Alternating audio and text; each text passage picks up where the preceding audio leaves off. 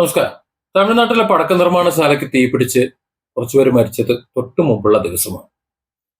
എന്റെ ചെറുപ്പത്തിൽ പോരുവഴി വെടിക്കെട്ട് അപകടം വലിയൊരു ദുരന്തമായി ഞങ്ങൾ അനുഭവിച്ചതാണ്. കാര്യം എൻ്റെ രണ്ടാമത്തെ അമ്മാവൻ ഈ വെടിക്കെട്ടിന്റെ ഉസ്താദ കാണാൻ പോകുന്ന ആളാ, വലിയ ആരാധകനാ.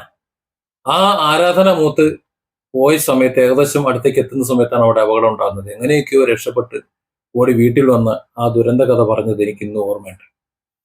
പിന്നെ നമുക്കറിയാം പുറ്റിങ്ങൽ ഈ അടുത്ത കാലത്ത് നടന്നിട്ടുള്ള വെടിക്കെട്ട് അപകടം, ഇപ്പോൾ തൃശ്ശൂരിൽ നടന്നിട്ടുള്ള അപകടം വലിയ ഒരു ദുരന്തമാണ്. ഇത്തരത്തിലുള്ള അപകടം വരുത്തി വെക്കുന്ന, അതായത് സന്തോഷത്തിന് വേണ്ടിയാണ് നമ്മൾ ഈ പടക്കം പൊട്ടിക്കുന്നതൊക്കെ, ആഘോഷിക്കാൻ വേണ്ടിയിട്ടാണ് നമ്മൾ ഇത്തരത്തിൽ മത്സരിച്ച് വെടിക്കെട്ടൊക്കെ നടത്തുന്നത്. എന്നാൽ കുറെ ജീവനുകളെ ഇല്ലാതാക്കി കുറെ അധികം കുടുംബങ്ങളിൽ കണ്ണീര് കുടിപ്പിക്കാൻ വേണ്ടിയിട്ടാണെങ്കിൽ, അവർക്ക് നിത്യ വേദന സമ്മാനിക്കാനാണെന്നുണ്ടെങ്കിൽ ഇങ്ങനെയുള്ള ആഘോഷങ്ങൾ നമുക്ക് വേണോ? നമ്മുടെ ജീവിതമെല്ലാം മാറി മാറി വരികയാണ്. പണ്ട് നമ്മളൊരു കല്യാണം വിളിക്കാനോ അടിയന്തരം വിളിക്കാനോ ജീപ്പ് എടുത്ത് പോകുന്ന രീതിയായിരുന്നു. അന്ന് ജീപ്പായിരുന്നല്ലോ. എത്ര ദൂരെ ആയാലും വണ്ടി വിളിച്ചു പോയി മരണവും വിവാഹവും പറയണം. അന്നത്തെ കാലം അതായിരുന്നു. കുറെ കാലം കഴിഞ്ഞപ്പോൾ ലാൻഡ് ഫോൺ വന്നു. പിന്നെ ഫോൺ വിളിച്ചു പറയാനായി STD ISD local. Mobile phone വന്നു, SMS അയക്കാനുള്ള സംവിധാനം വന്നു, അതിനുമുമ്പ് പേജർ വന്നു. ഇപ്പോ ലോകം നമ്മുടെ വിരൽത്തുമ്പിലാണ്. ഈ വിരൽത്തുമ്പിൽ നമ്മൾ ആൻഡ്രോയിഡ് ഫോണും തൂക്കി നടക്കുന്ന സമയത്ത്, വലിയ സംവിധാനങ്ങൾ നമ്മൾ കൊണ്ട് നടക്കുന്ന സമയത്ത്, നമ്മൾ പഴയ ലാൻഡ് ഫോണും പഴയ കീപാഡ് ഫോണും നമ്മൾ ഉപയോഗിക്കാറില്ല. അതിപ്പോ കാണാൻ തന്നെ ഇല്ല. STD ISD എന്ന് പറയുമ്പോൾ ചിരിക്കുകയാണ്. വട്ടത്തിൽ കറക്കി വിളിക്കുന്ന ഒരു ശീലമൊന്നും നമുക്കില്ല. ഇന്നെല്ലാം അലക്സ ഒരു കോള് ചെയ് എന്ന് പറഞ്ഞിട്ട് അങ്ങനെ കോള് ചെയ്തുകൊണ്ട് നമ്മൾ സംസാരിക്കുക, കണ്ട് സംസാരിക്കുകയാണ് ചെയ്യുന്നത്. അതായത് കാലത്തിനൊത്ത് മാറാൻ നമുക്കറിയാം. അറിയാഞ്ഞിട്ടല്ല, അങ്ങനെയാണ് എന്നുണ്ടെങ്കിൽ ഈ ആധുനിക കാലത്ത് നമ്മുടെ ആഘോഷങ്ങളും ആധുനികവൽക്കരിക്കപ്പെടണ്ടേ? തൃശ്ശൂരിൽ വെടിക്കെട്ട് വേണ്ട എന്ന് ഞാൻ പറയുന്നില്ല. ആ വെടിക്കെട്ടിനെ ഒരു ലേസർ ഷോ ആയിട്ടോ അല്ലെങ്കിൽ അതുപോലെ സുരക്ഷിതമായ മറ്റെന്തെങ്കിലുമൊക്കെ ആക്കി മാറ്റിക്കൂടെ? എന്തെല്ലാം ദൃശ്യങ്ങൾ തീർക്കാൻ പറ്റും അന്തരീക്ഷത്തിൽ. അത് അതിമനോഹരമായിരിക്കും, അത് കാണാനും സുന്ദരമായിരിക്കും, മറ്റുള്ളവർക്കും ദൂരെ നിന്ന് പോലും അത് കണ്ട് ആസ്വദിക്കാൻ സാധിക്കുകയും ചെയ്യും. എന്തുകൊണ്ടായിക്കൂടാ? അതല്ല എന്നുണ്ടെങ്കിൽ ഇപ്പൊ ബുർജ് ഖലീഫയിൽ പൊട്ടിക്കണുണ്ട്. അതുപോലെ മറ്റു പല ബിൽഡിങ്ങുകളിൽ നിന്നും അതുപോലെ വെടിമരുന്ന്, കരിമരുന്ന് പ്രയോഗങ്ങൾ നമ്മൾ കണ്ടിട്ടുണ്ട്. ക്രിക്കറ്റ് സ്റ്റേഡിയങ്ങളിൽ നമ്മൾ കാണാൻ പറ്റും. 6ഉം 4ഉം വിജയം ഒക്കെ വരുന്ന സമയത്ത് ഇതുപോലെ പൊട്ടിക്കുന്നത് നമുക്ക് കാണാൻ പറ്റും.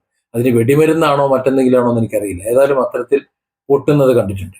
അതുപോലെ ആധുനിക ടെക്നോളജികൾ എന്തുകൊണ്ട് ഉപയോഗിച്ചുകൂടാ? അങ്ങനെ ചിന്തിക്കണ്ടേ? ഇപ്പോ ഇവിടെ വലിയ ദുരന്തമാണ് ഉണ്ടായത്. ഈ ദുരന്തത്തിന് പിന്നിൽ ചില ഗൂഢാലോചനകൾ മണക്കുന്നുണ്ട്. കാരണം ഇതിന് തൊട്ടു മുമ്പ് ഒന്ന് രണ്ട് പത്രക്കാർ അവിടെ എത്തിയിരുന്നു എന്ന് പറയുന്നുണ്ട്. അതീവ സുരക്ഷാ മേഖലയാണ്, വേറെ ആർക്കും കടക്കാൻ പാടില്ലാത്ത ആ സ്ഥലത്ത് ഇത്തരത്തിൽ ഒരു കൂട്ടർ കടന്നു കയറിയത് എന്തിനാണ് എന്ന് അന്വേഷിക്കേണ്ടതുണ്ട്. അത് പ്രത്യേക ഒരു സാഹചര്യത്തിൽ. കാരണം ഇപ്പോൾ മറ്റൊരു വിവാദം കത്തി നിൽക്കുന്നുണ്ട്. തെരഞ്ഞെടുപ്പ് അട്ടിമറിക്കാൻ വേണ്ടിയിട്ടാണ് വോട്ട് പട്ടിക സൂക്ഷിച്ചിരിക്കുന്ന സ്ട്രോങ് റൂമുകൾ മുഴുവൻ തുറന്ന് അതിനുള്ളിൽ തിരിമറി നടത്താനായിട്ട് നിൽക്കുന്ന വാർത്തകൾ പുറത്തു വരുന്ന സമയം. ആ ഒരു ചെറിയ സംഭവത്തെ മറയ്ക്കാൻ വേണ്ടിയിട്ട് ഇങ്ങനെ ഒരു വെടിക്കെട്ട് അപകടം നടത്തുമോ? കുറെ ആൾക്കാർ ജീവൻ കളയുന്നു ചോദിക്കരുത്. ഒരു സർക്കാർ തന്നെ, ഒരു സർക്കാർ എന്ന് പറഞ്ഞാൽ എന്താ, ഇവിടെ വയനാട്ടിൽ ഇപ്പോ 770 കോടി രൂപ പിരിച്ചു. 300 കോടിയിൽ താഴെ വീട് ഉണ്ടാക്കാനായിട്ട് ഉപയോഗിച്ചു. അവിടെ വയനാടിന്റെ പുനർനിർമ്മാണത്തിന് ഉപയോഗിച്ചു. അതിൽ തന്നെ അഴിമതിയുണ്ട്. അഴിമതി ഉണ്ടെന്ന് പറഞ്ഞത് മുസ്ലിം ലീഗിന്റെ വീട് 20 ലക്ഷം രൂപയ്ക്ക് ഒരു റൂം അടക്കം തീർന്നുമ്പോൾ 30 ലക്ഷം രൂപയ്ക്ക് ഇവിടെ കിട്ടിയ വീട് ചോർന്നൊലിക്കുന്നത് കഴിഞ്ഞ ദിവസം നമ്മൾ വായിച്ചു. അത് മറ്റൊരു വിഷയമാണെങ്കിൽ ഇവിടെ പറയുന്നതാണ്. അത്രത്തോളം പണം തിരിമറി നടക്കുന്ന മേഖലയാണ് നിർമ്മാണ മേഖലയും വ്യവസായ മേഖലയും ഒക്കെ. അപ്പൊ കോടിക്കണക്കിന് രൂപ കിട്ടാൻ വേണ്ടി തങ്ങളുടെ സ്വാർത്ഥ ലാഭത്തിന് വേണ്ടിയിട്ട് ഇതുപോലെ ഇവിടെ ഒരു കുറച്ചെണ്ണം ചത്തുപോയി കഴിഞ്ഞാൽ ഒരു ചുക്കും വരാനില്ല എന്ന് അവർ ചിന്തിച്ചു കഴിഞ്ഞാൽ അങ്ങനെ നമുക്ക് ചിന്തിച്ചൂടെ?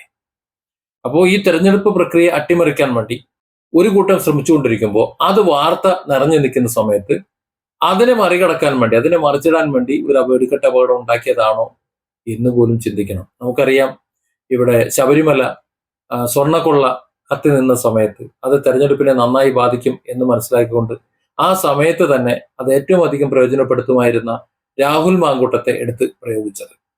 രാഹുൽ മാങ്കൂട്ടത്തിന്റെ തെരഞ്ഞെടുപ്പിന് തൊട്ടു മുമ്പുള്ള ചില വീഡിയോകൾ എത്ര കണ്ട് രാഹുൽ മാങ്കൂട്ടം ഈ തെരഞ്ഞെടുപ്പിനെ സ്വാധീനിക്കും എന്ന് മനസ്സിലായത്. ഇത് CPM ഒരു മുഴ മുമ്പേ അറിഞ്ഞതാ. അതുകൊണ്ടാണ് അറസ്റ്റും കേസും കാര്യങ്ങളും ഒക്കെ വന്നത് എന്ന് മനസ്സിലാക്കണം. അതുപോലെ ഇവിടെ ഈ വോട്ട് തട്ടിപ്പ്, അതായത് ഭരണം കിട്ടാൻ വേണ്ടി കള്ളക്കളി നടത്താൻ ഉദ്ദേശിക്കുന്നുണ്ടെങ്കിൽ അല്ലെങ്കിൽ നടത്തിയിട്ടുണ്ടെങ്കിൽ അത് ജനങ്ങളുടെ ഇടയിലേക്ക് ചർച്ച വരാതിരിക്കാൻ വേണ്ടി ഉണ്ടാക്കിയിട്ടുള്ള ഒരു അപകടമാണോ, ഒരു ദുരന്തമാണോ ഇത് എന്ന് പോലും സംശയിക്കാം. അല്ലെങ്കിൽ ഈ മാധ്യമപ്രവർത്തകർക്ക് എന്താ അങ്ങോട്ട് പോയത്, അവർക്ക് എന്ത് ഇതിൽ പങ്കുണ്ടോ?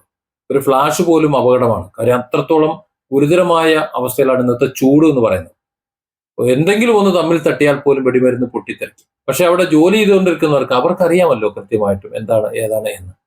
അവർ അത്തരത്തിൽ അവരുടെ ജീവൻ കളഞ്ഞുകൊണ്ട് എന്തെങ്കിലും ചെയ്യുമെന്ന് തോന്നുന്നില്ല.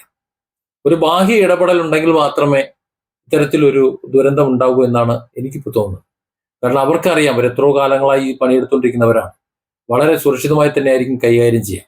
ഇപ്പൊ ഈ മീഡിയ പ്രവർത്തകർ തന്നെ എടുത്തിട്ടുള്ള ചിത്രങ്ങളിൽ നിന്ന് തന്നെ വളരെ സുരക്ഷിതമായി അവർ കൈകാര്യം ചെയ്യുന്നു മനസ്സിലാക്കാൻ പറ്റും. പക്ഷെ അവർ കൈകൊണ്ടാണ് കൈകാര്യം ചെയ്യുന്നത്.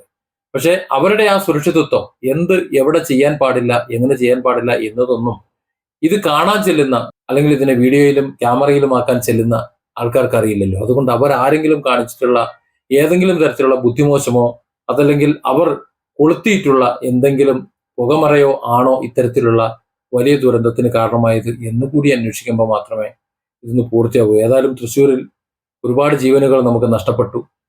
ഇത്തരത്തിൽ നഷ്ടപ്പെടാനാണെങ്കിൽ ആ ആഘോഷം വേണോ എന്ന് ഏത് കമ്മിറ്റി ആയാലും അവർ നോക്കണം. കാരണം അമ്പലത്തിൽ മാത്രമല്ല ഇപ്പോൾ വെടിക്കെട്ടുള്ളത്.